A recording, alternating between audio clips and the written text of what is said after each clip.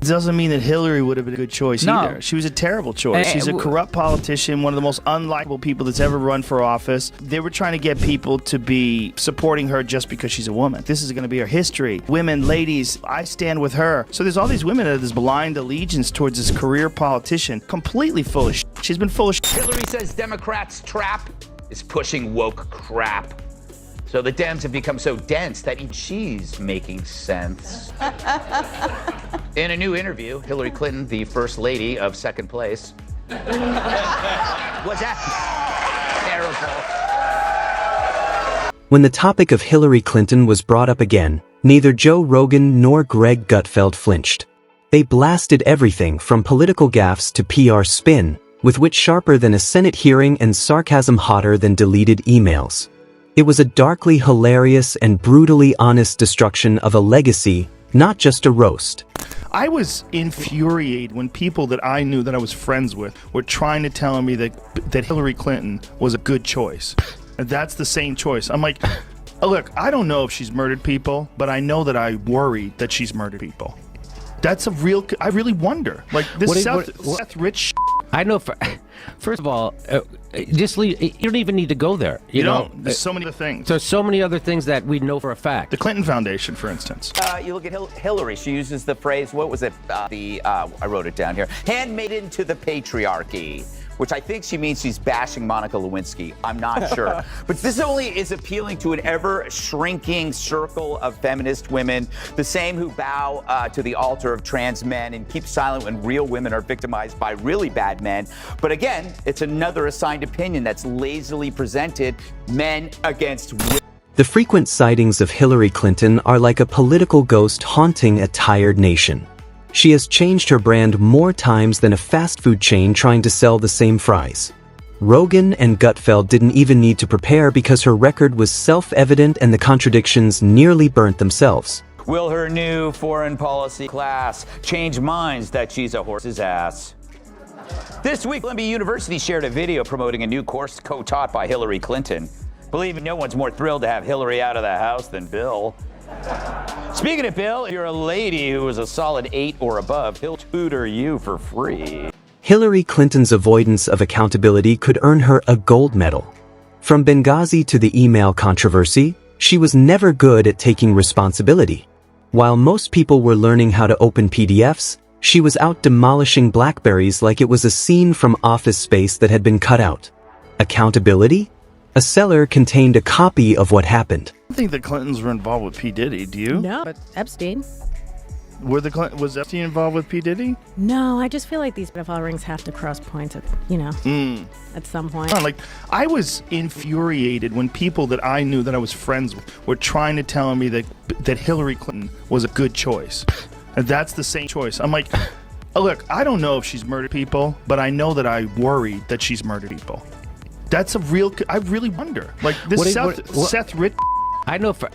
First of all, just leave. You don't even need to go there. You know, there's so many other things. There's so many other things that we know for a fact. The Clinton Foundation.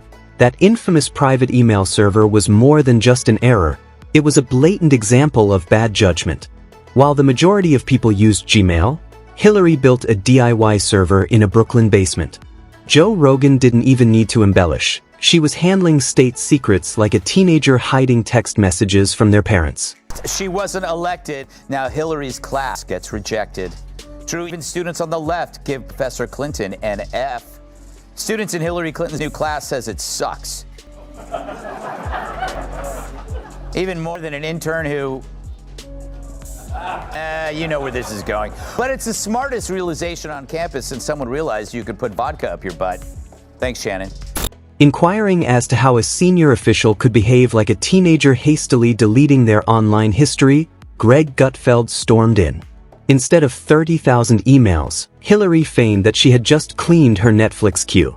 That much bluster? Honestly, it's worthy of a museum. Dems seem to be going out of their way to lose elections by focusing on causes that only affect a small fraction of voters. Funny, asking Hillary how to win elections is like asking France how to win wars.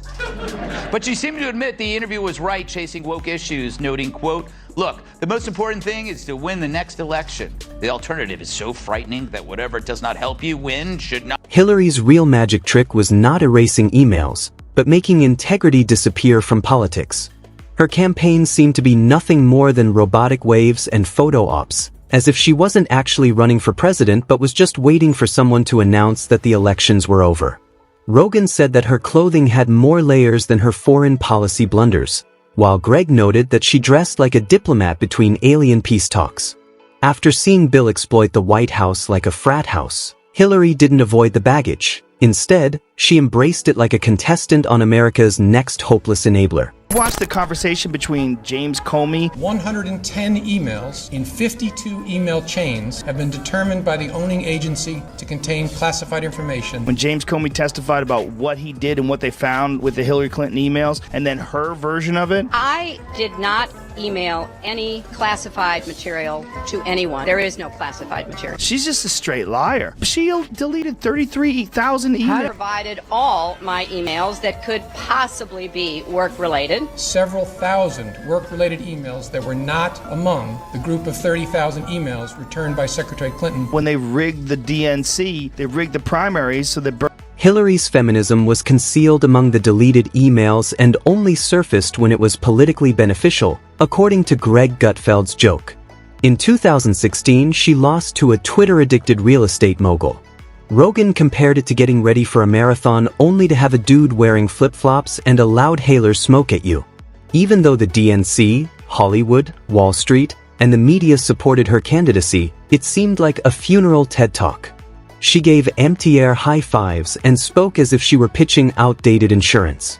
The actual meat that came next was the Clinton Foundation. She lost an election, and now she's projecting. Hillary Clinton went on The View this week, which immediately raises a serious question.